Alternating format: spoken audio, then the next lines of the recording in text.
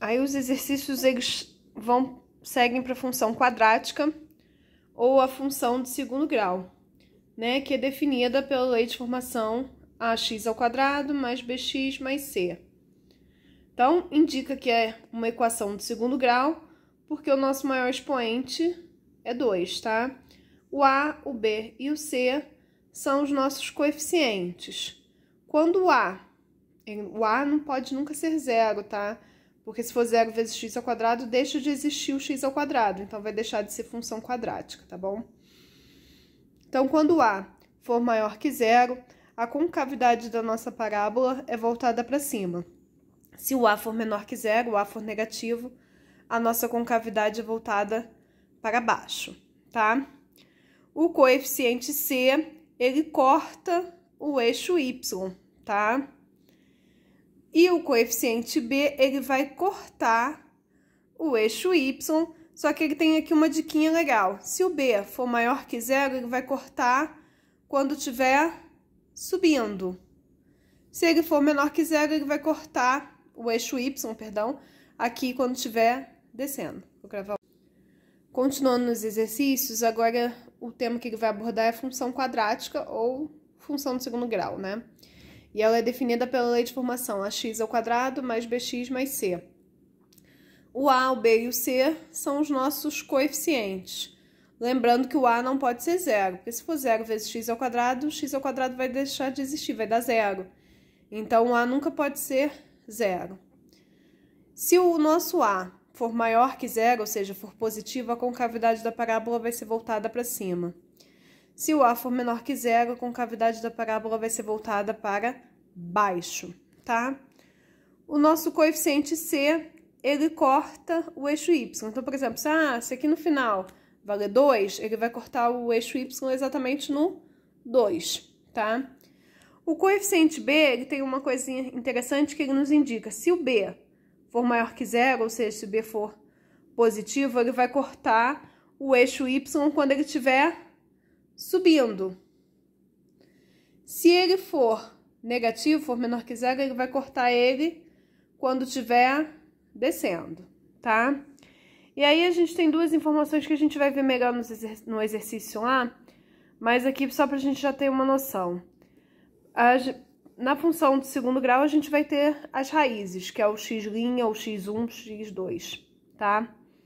E aí, para encontrar essas raízes da função, a gente tem que resolver a famosa fórmula de Bhaskara, né? Eu dividi aqui em dois pedaços. Delta é igual a b² menos 4ac e x igual a menos b, mais ou menos, raiz do valor do delta que a gente vai ter encontrado, sobre 2 vezes o a.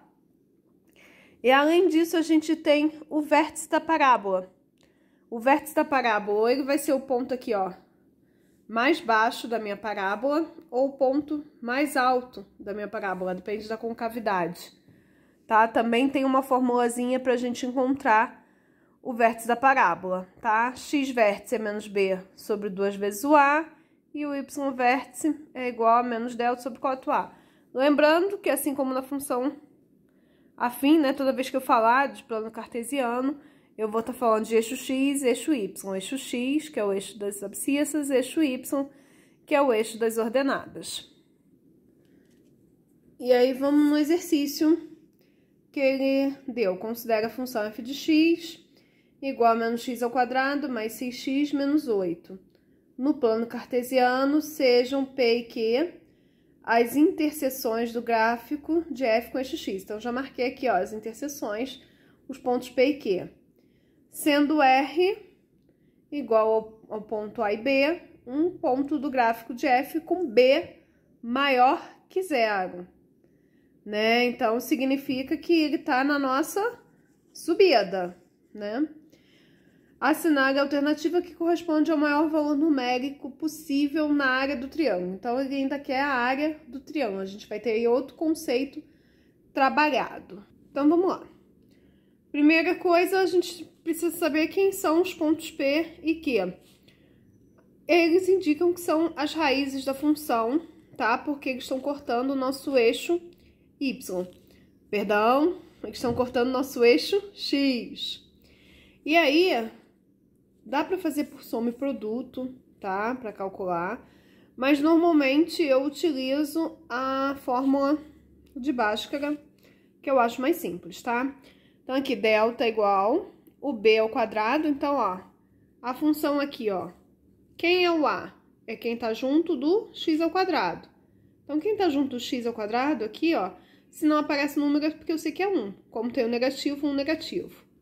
O b é quem tá junto do x, o 6, e o c é o coeficiente que tiver sozinho, que no caso aqui é 8 negativo. Então, delta é igual, b ao quadrado a gente viu ali que é 6, então vai ser 6 ao quadrado, menos 4 vezes o a, que é 1 negativo, então vou colocar dentro de parênteses, vezes o c, que é 8 negativo, tá? Então, delta é igual, 6 ao quadrado é 6 vezes 6, 36. E aí, aqui você pode fazer a multiplicação de uma vez, vamos só observar o sinal, ó. Menos com menos vai dar, aqui daria mais com menos vai dar menos, então é menos. 4 vezes 1, 4, 4 vezes 8, 32. Delta é igual a 36 menos 32, 4. E aí a gente tem a segunda parte da fórmula, né? X igual a menos b, mais ou menos raiz de delta sobre 2 vezes o a. Então, vai ficar x igual a menos o valor de b. Quem é nosso b mesmo? 6. Mais ou menos raiz quadrada de delta, que a gente achou aqui que é 4, sobre 2 vezes o a. Quem é nosso a mesmo? 1 negativo. Então, aqui, ó, tem 6 negativo, mais ou menos, raiz quadrada de 4 é 2, né? Porque 2 vezes 2 dá 4. 2 vezes 1 negativo vai dar 2 negativo, porque, ó, mais com menos, menos. Aqui eu tenho que separar em x' duas linhas. Então, vou pegar, ó, 6 negativo aqui, escolho um dos sinais, mais 2 dividido por 2 negativo. 6 negativo com 2 positivo vai dar 4 negativo. 4 negativo dividido por 2 negativo vai dar 2 positivo. Aí, agora vem o x duas linhas, menos 6. Pego o outro sinal, menos 2. Tudo isso dividido por 2 negativo. Como aqui, ó, eu tenho duas dívidas, devo 6 e devo 2, então eu devo 8. 8 negativo dividido por 2 negativo deu 4. Então, a gente já descobriu os nossos pontos aqui. Aqui é 2 e aqui é 4. Tá? Aí, agora, o exercício ele me dizia do ponto R, que ele é B maior que 0. Ele poderia pegar toda essa parte aqui, ó, porque o B tá subindo. Só que como eu quero saber do ponto mais alto, né, eu quero saber da maior área possível desse meu triângulo, ele vai ter que ser o ponto mais alto da minha parábola. Porque se eu botar ele aqui, por exemplo, ele vai estar formando, ó, um triângulo menor, então a área vai ser menor. Então, eu tenho que pegar o ponto R da maior área.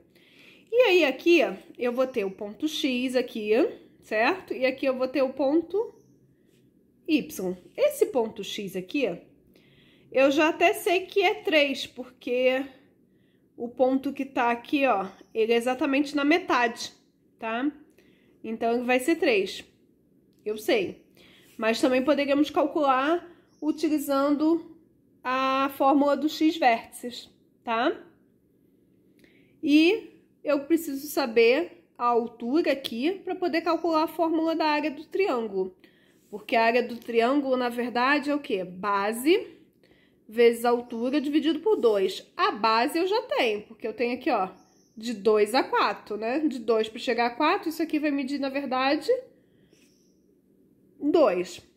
Então, na verdade, aqui o que eu preciso é a altura. Então, esse x aqui que eu sei que é 3, nem me interessa. Porque o que me interessa, na verdade, é o y. Então, eu vou calcular aqui o y vértice. Y vértice é igual a menos delta sobre 4a.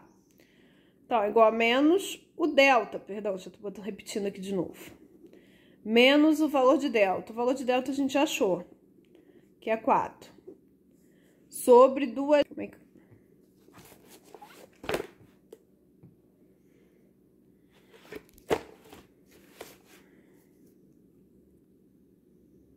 O caderno escorregou aqui, mas acho que agora eu consegui colocar direito.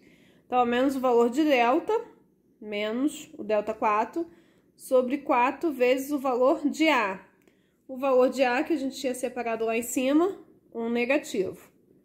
Então, aqui eu repito, 4 vezes 1 negativo, 4 negativo. 4 negativo dividido por 4 negativo, divisão de números iguais, 1. Então, eu já achei que aqui o meu valor do y é 1. Então, agora, ó, só a gente calcular a fórmula da área do triângulo. Base, 2, vezes a altura, ó, aqui é 0, tá? Porque é o nosso centro aqui que marca 0. Então, ele subiu 1, vezes 1, dividido por 2. 2 dividido por 2, 1. Então, a nossa área é 1.